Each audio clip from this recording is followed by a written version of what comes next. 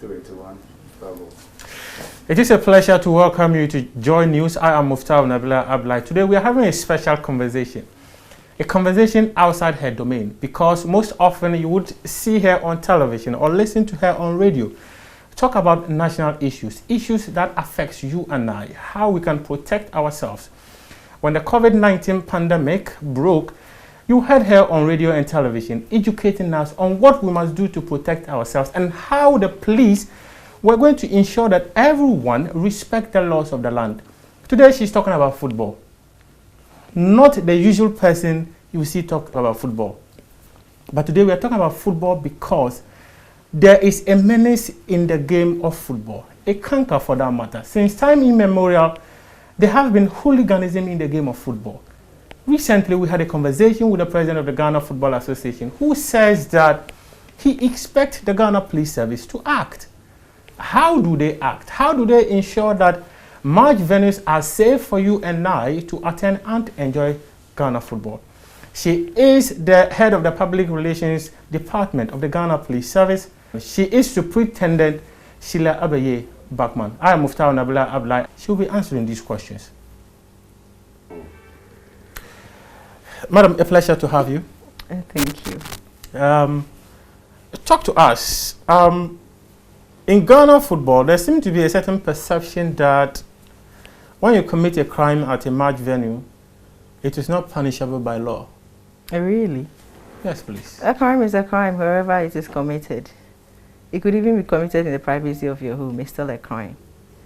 So no one should think that you can commit a crime at football matches and go scot-free. I mean, we're talking generally, so we're not going to, maybe we can use examples, but yes, we're not going to talk specifically about one case or another. But thankfully, everybody sees police officers at stadia where matches are going on. It tells you that not only are we involved in ensuring general security, but you feel our presence. Prior to any match, this is what happens, and this is what we expect to continue to happen. So the local organizers, which I believe are the local reps of the Football Association, will contact the police to give them details about the matches and obviously request for some form of security.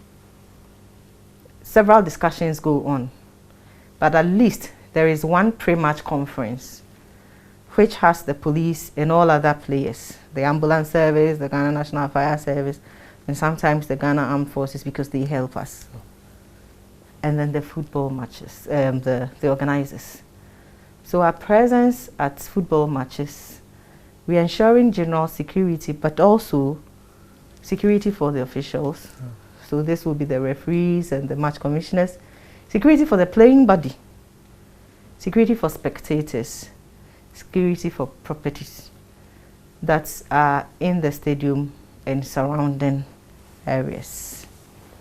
We're talking about hooliganism. Yes. You may not see the terminology hooliganism, but generally people act violently, people do vandalize, damage property, people do assault or cause harm to others. And these are the things that you're looking for, because these are the things that our laws criminalize and give us the authority to arrest, to investigate, and prosecute. Yes. Exactly. So nobody should hide under the guise of hooliganism not being in our criminal laws to perpetuate or commit crime and think that the person will go scot-free. I am sure beyond this communication or conversation, it will come out that some people are being arrested or prosecuted for one thing or another. That one I won't be quick to say it.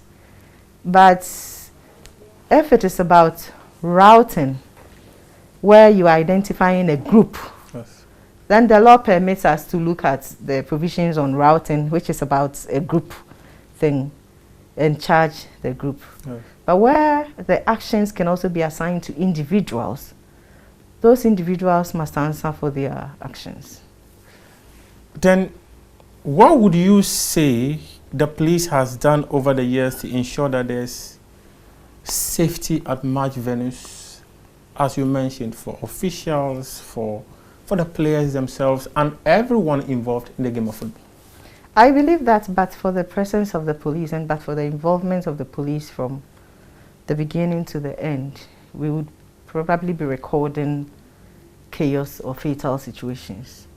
But the involvement of the police give directions even to match commissioners and the organizers as to what to anticipate, what to expect. We don't also go there in uniform alone. Sometimes we go there in mufti because it's part of our work. Yes. To mix up with the spectators. Fortunately, in these times that we are, we really don't expect spectators in the stadiums beyond like 1/3. Yes, no. of the capacity of the stadium. But we know that there are some places where they are not secured or fenced.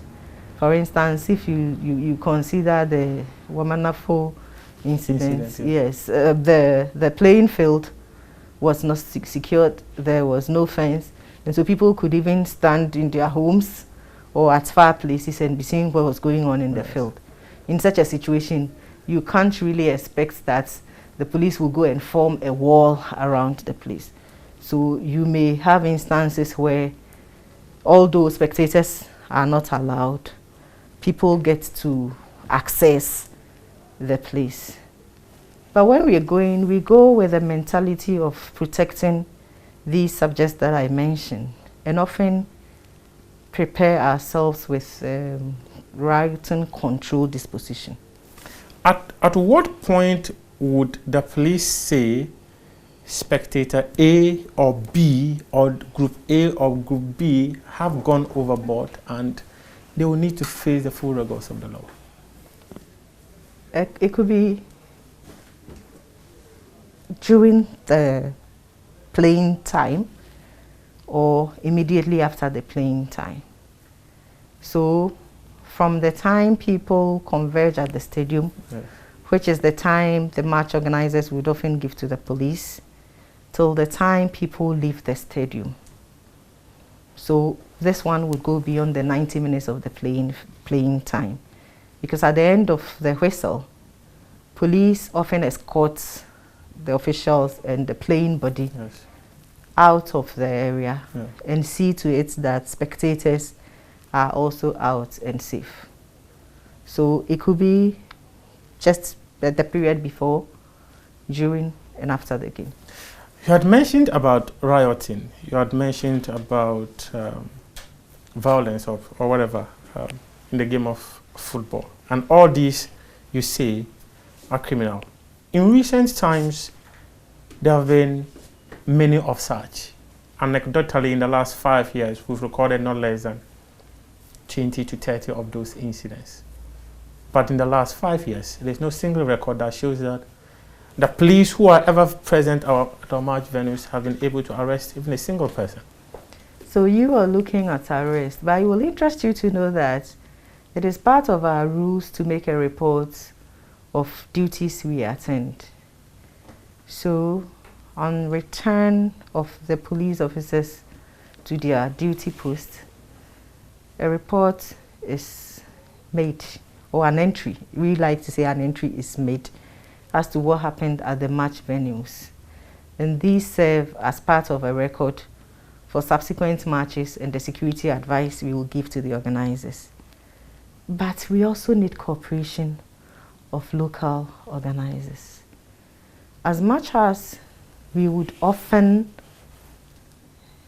go out to look for people and possibly arrest, as you would wish will happen, why don't match officials also lodge complaints often when incidents happen at stadia? It looks like that has been the case in a lot of situations. The local organizers not showing the way, the commitment of cooperating fully such that individuals can be arrested and prosecuted for their criminal actions. Is this and a for the love of the game, yes, for the love of the game, It will not be every time that you're looking to, or you're seeking to arrest and prosecute. A lot of the things we do are preventive. So there may be times that police will advise, obviously, and that advice will contribute even to whether officials will decide to ban local teams from playing on a particular field or the other. And all these are part of security measures and security advice that go from the police to the match organizers. Just a quick follow-up. Is this to say that the police will often rely on match organizers to report that incident ABC has happened before the police will take action? Not at all. Like I told you, police officers who are detailed always come back with a report of what happened, and the entry is made. So that is even the initial point. Now, why don't they arrest them as they've seen them? Because there are videos everywhere on social media. The police are rather the people separating the fans from attacking officials and all that. Why don't they just arrest them immediately? In this case, you are referring to a particular match. And if it is that particular match that you're referring to, then investigation started from the day it happened. No, I mean over the years, not just the example that happened recently. Okay. So, but like I'm saying, is your focus on preventing the crimes from happening, or is just about arresting and prosecuting? We know that the FA also has administrative measures that they put in place. And that includes fining, even playing, like the football clubs and all those things. So the security advice that go, or the security reports that go, help with some of these administrative things. But there are instances where arrests are made. Okay, so just a quick example of the one you said investigations are currently ongoing. The GFA president has recently said that on the part of the football governing body, they have done what they can do to ensure there's safety at match venues. However, they do not have the prosecutorial powers just as you have got.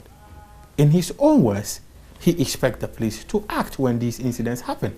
And I am happy that the GFA president said that he himself is going to Sunyani.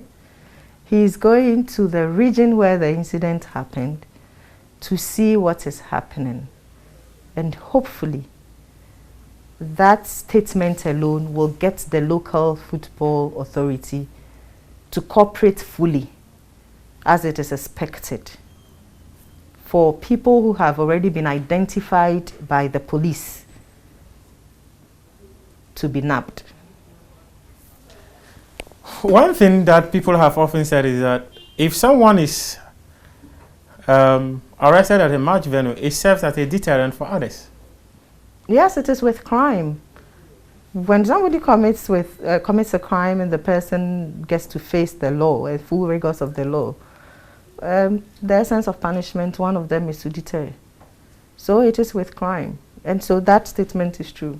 But earlier you had talked about preventing, or are we interested in just arresting, or we're interested in preventing the actions from being repeated at match centers? Because arresting, definitely, that's the general call.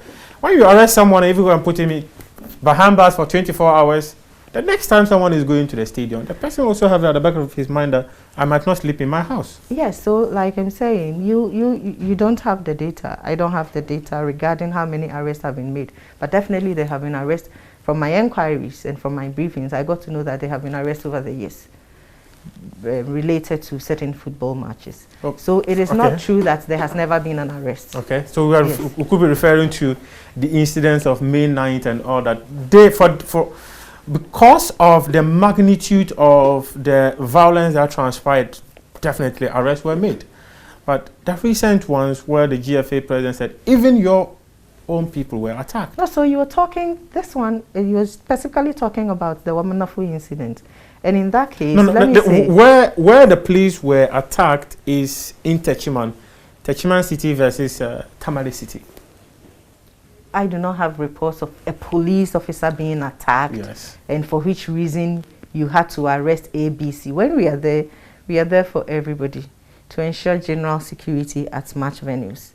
So whether it is an official that is attacked, or a spectator that is attacked, or a member of the playing body that is attacked, or even the person providing security himself or herself that is attacked, that calls for police action, which is taken. Yes. But the question I asked about whether we want to focus more on prevention or arrest is about focus. So why aren't we also talking about the many things that police do to prevent fatalities from happening? Arrest will come when arrest will have to come. And in the case of this recent incident in the Bono region, yes, I do know, I have seen from the police written reports, yes, that some 5 people have been identified to be arrested and possibly prosecuted. We need cooperation of some people. And it looks like those 5 people have fled where they are supposed to be, but intelligence is ongoing to get them arrested. Maybe if this is maybe good news for some of us who feel that we cannot go to the stadium with our children or wives or whatever to enjoy our football, if these things are gradually happening, it means that sanctity is returning to our game of football. 2 quick questions before we go. Some of the police officers, allegedly, they keep accusing them of coming to watch football matches without protecting people and all that. They score a goal, a police officer is jubilating over there. And when a police officer is jubilating with the fans, how does he turn around to take on a fan? We all go to the stadium to have fun. So if it's fun time and everybody is enjoying, anyway, that's just side, yes. But what is wrong with the police officer joining the spectators to jubilate? The police officer is not a referee for you to say that he's biased, because he's really got no hand in determining who wins and who doesn't win. But if the jubilation will not affect his security duties, it shouldn't be an attention for a focus of how do I say, neglect of duty? It is not neglect of duty. You see, the funny conversation that we often have about these things are that the spectators are there watching the game. The policeman is busy watching the football match. Then sometimes you see that fans are throwing missiles on the pitch, some are throwing whatever. Sometimes they even throw these things, and the police often need to use shields to cover their faces and that of the referee just to get access to the dressing room. If they were probably looking at the supporters, no supporter will have the temerity to throw anything. Okay, we hear you. Anyway, the point is that games are, these matches are reviewed, just like the pre-match conferences. Yes. Often I understand that there are, beyond the written reports or the advice that go from the police to the organizers with regards to what happened that could have been prevented if A or B had been done for future matches. They also review actions of the police involved. And sometimes administrative actions are taken in-house for our officers to know what they did wrong or right on the field. What assurances are you giving to the football in terms of their security for matches, and those who set out to go and vent their spleen at referees, at fans, and whatever? What assurances do you have for us? Okay, so let's start with telling our fans and spectators to by themselves behave such that they themselves do not become suspects. They themselves do not become the hooligans that we want to prevent. So if everybody does the right thing, there won't even be the cause for incidents to happen for arrest. But then, The local organizers, you are into football, so you know the arrangements that go in. So the strength of the police sometimes to provide the necessary security, the advice may come from the police, but the local organizers may want to negotiate for, say, lesser numbers of police officers, or numbers that are lower than the recommended numbers by the police officers, sometimes because of the resources that they will have to make available for that to happen. And so we should at all times have the open mind of seeking to adhere to the advice, rather than having our numbers ready to negotiate, to limit the kind of security that the police will avail itself to provide at match centers.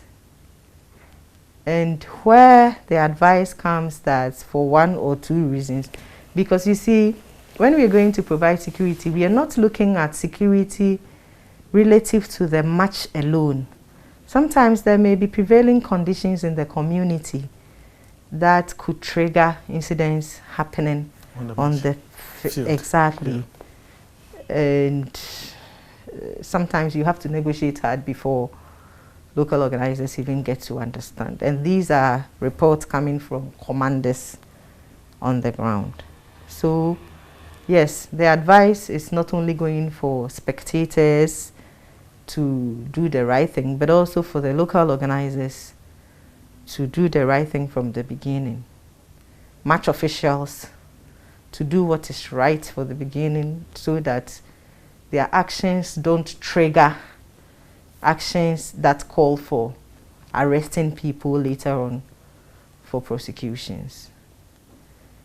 But having said this, should anybody go to any stadium or any field, football playing field, to conduct him or herself in a manner that the law gives authority to police to arrest and prosecute, you leave us with no option than to arrest you and prosecute you. I said this was my last question, but you mentioned something that caught my attention about organizers often negotiating because of resources. And what would it take to have appropriate security per the Ghana Police Service at match centers? Oh, I think several things. Not all of them are. So it depends on the topography of the area. It depends on prevailing crimes of the area. So it's not about just the incidents that are happening on the pitch. A lot of the time you have police officers also at the car parks, seeing to it that vehicles of officials and of spectators are not broken into. Are protected, yeah. Yes. So it is not just a matter of the numbers you have in the stadium. For instance, you may have to facilitate transport to the stadium. And if the transport available to the police at that time is a 4-seater vehicle, and we need to provide, say, 20 men, and there is reluctance to support that kind of movement, it becomes difficult for both you and the police. So these are not, I mean, the organizers know the same way our officers know. Okay. So based on what you know, like the current happenings, how many policemen would you suggest should be available, and this must be mandatory for all clubs, should be available per match? There is no one-size-fits-all solution in security. So it is on case-by-case basis. Thank you very much. We appreciate your time. You're welcome. My pleasure. That was Superintendent Sheila Buckman the Director of the Public Affairs Unit of the Ghana Police Service. I am Muftau Nabila Ablai, and it's been a pleasure having this conversation with her. I hope you are educated and informed about what to do and what not to do the next time you visit a league center. Thank you very much for your company.